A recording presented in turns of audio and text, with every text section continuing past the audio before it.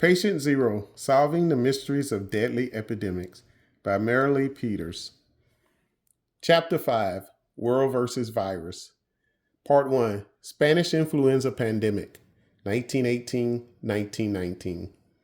Over there, send the word, over there, that the Yanks are coming, the Yanks are coming. And we won't come back till it's over there. More than 20 soldiers, all singing at the top of their lungs, made the popular song echo down the long barrack building, ending with a shout on the last two words, over there, that practically set the windows rattling in their frames. Albert Gitchel's head ached.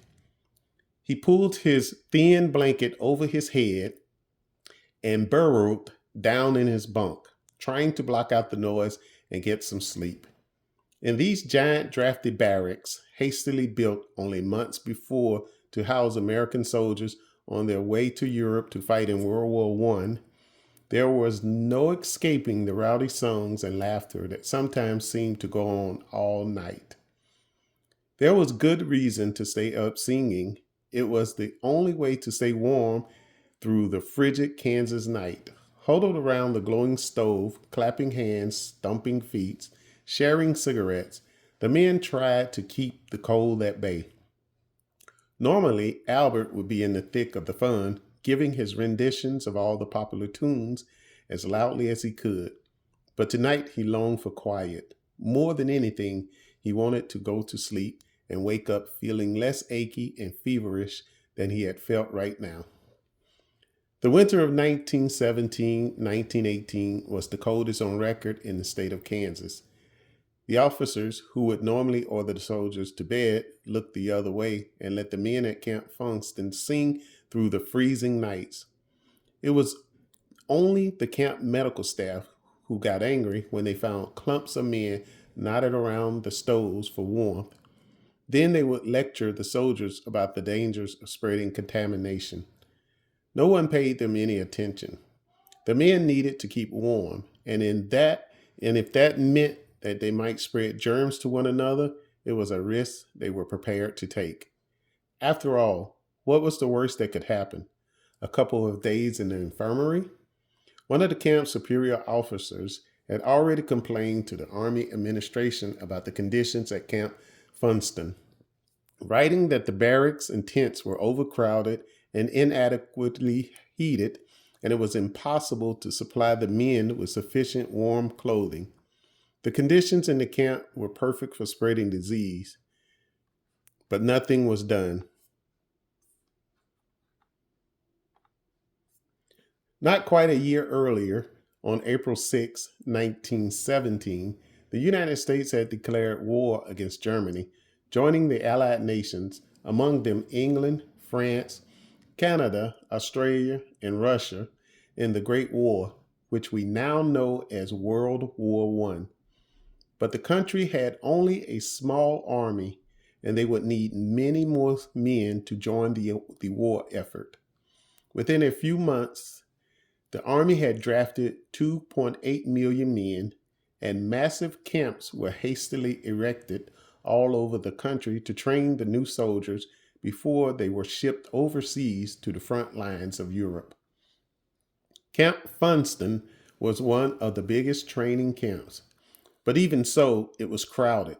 Located in Kansas, it had endless lines of tents and low wooden barracks where 26,000 brand new soldiers slept and ate and washed together in spaces designed for far fewer men.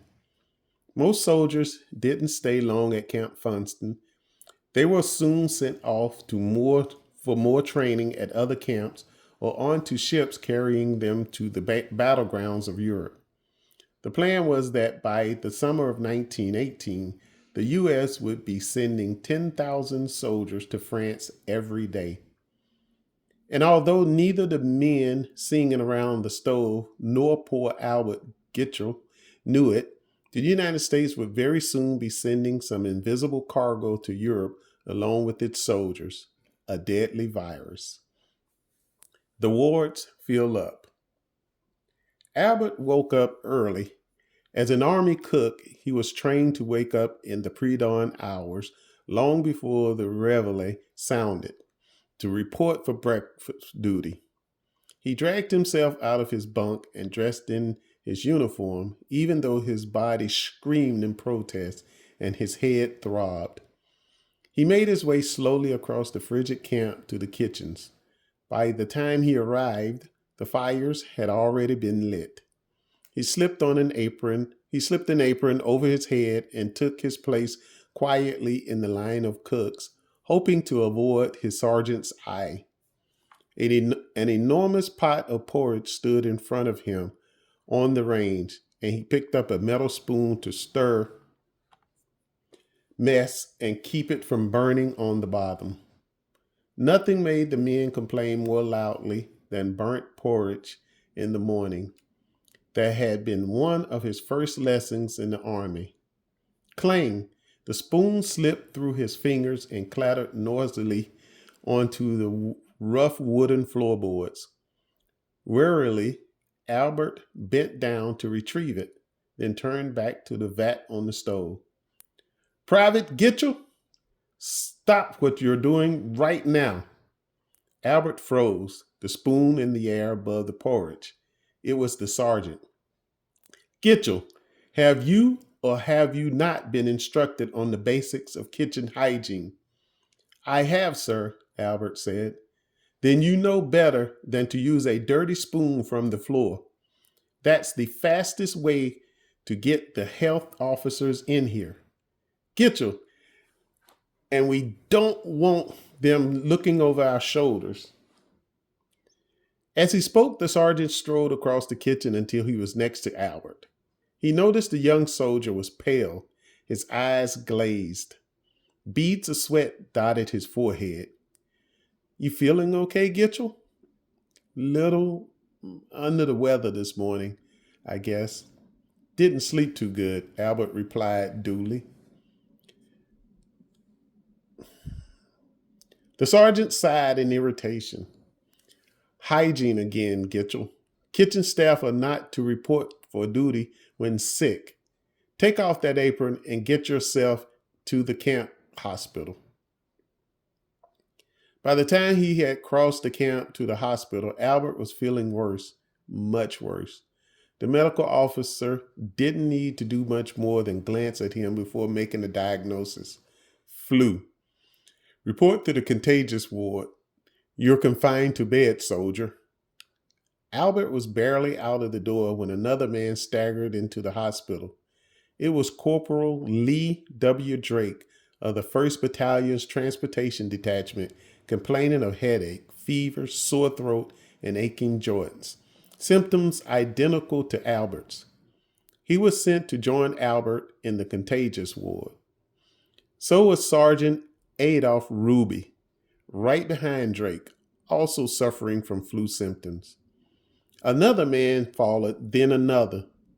The medical officer picked up the phone and alerted the camp's doctor about the sudden rash of influenza cases. When the doctor arrived, he was staggered to see a line of sick men that stretched out the infirmary door and across the hospital grounds. That evening, poor Albert Gitchell was kept awake by noise again. Not rowdy singing, but coughing and moaning from the more than 100 fellow sufferers crowded into the contagious ward of the hospital with him. By the end of the week, there were 500 soldiers confined to bed with influenza at Camp Funston, a virus that gets around.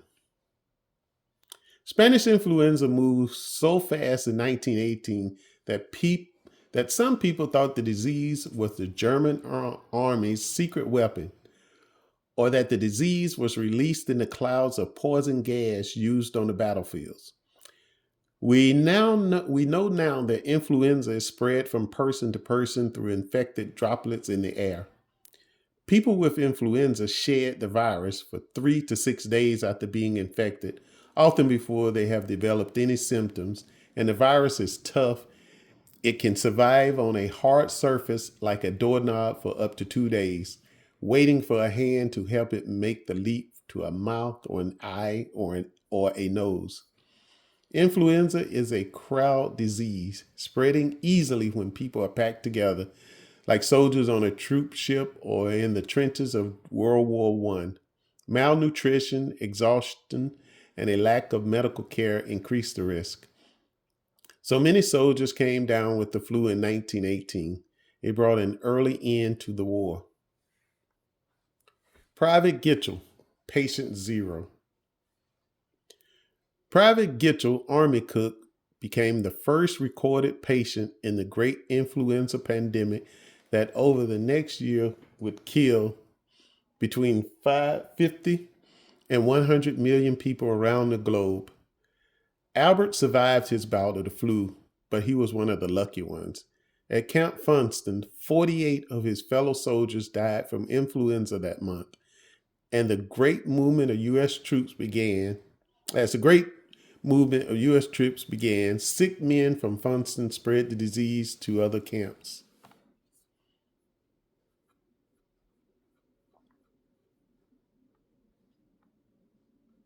In March of 1918,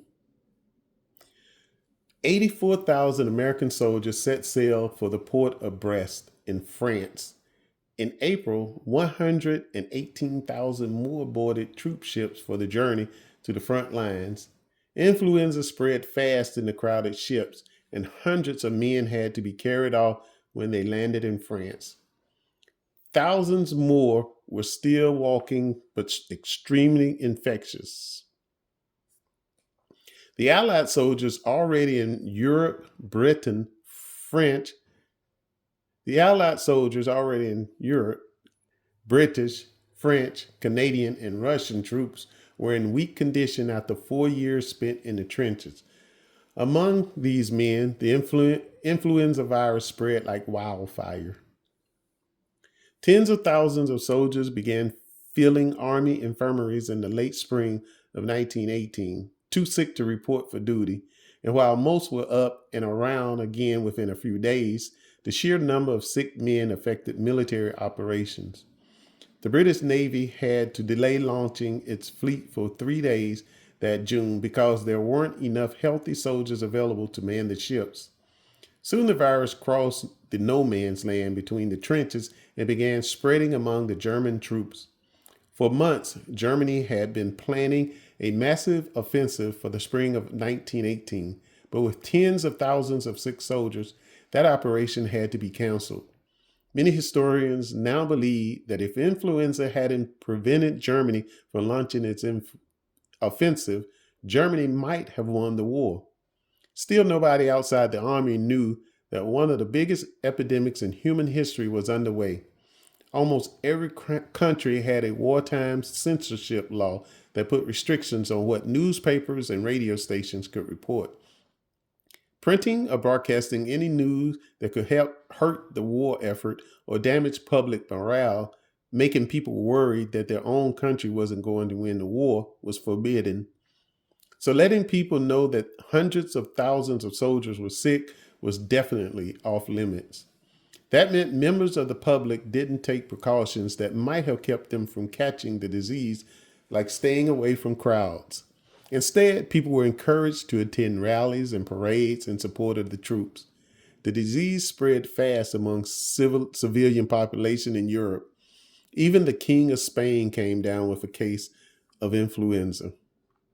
Spain, unlike almost every other country in Europe, wasn't involved in the war. It was officially neutral, so its newspapers were free to print all the news.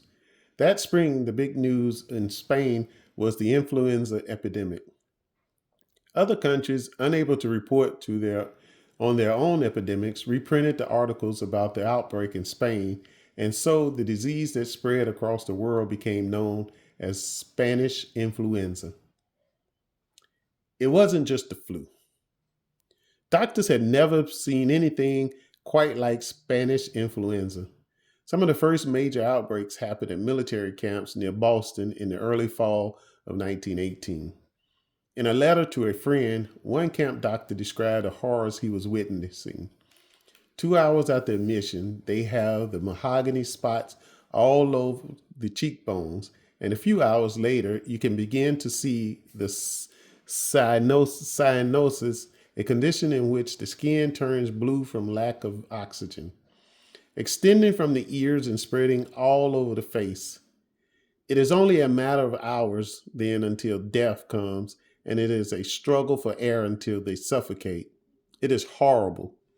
We have been averaging about 100 deaths a day and still keeping it up. It takes special trains to carry away the dead. For several days, there were no coffins and the bodies piled up something fierce. We used to go down to the morgue and look at the boys laid out in rows. It beats any sight they ever had in France after a battle. Calling the scientists. Soon, influenza was out of control, causing chaos and death around the world. And there didn't seem to be anything doctors could do to stop the spread of the disease or help its victims. U.S. Surgeon General Victor Von commented bitterly that the doctors of the day knew no more about the flu than 14th century Florentines had known about the Black Death. It was a big setback. Until Spanish flu came along, medical science had been making steady progress in the fight against disease. Cholera, typhoid, yellow fever, malaria, many of the terrifying diseases of the past could now be effectively treated. Then suddenly, this new deadly strain of influenza appeared and began decimating populations worldwide. And it was happening with such lightning speed that there was almost no time for the scientific community to come up with solutions, no time to develop vaccines, no time to organize a worldwide public health response. In the United States, one team of scientists was working hard to analyze the spread of the disease. On April 18, 1918, the head of the Public Health Service sent a letter to Dr. Wade Hampton Frost asking him to take charge of the newly formed Office of Field Investigations of Influenza. It was a grand title for a small operation with very little funding. Wade Frost had previously investigated typhoid outbreaks along the Ohio River and polio epidemics in New York. He was one of the most respected American scientists in the new field of epidemiology.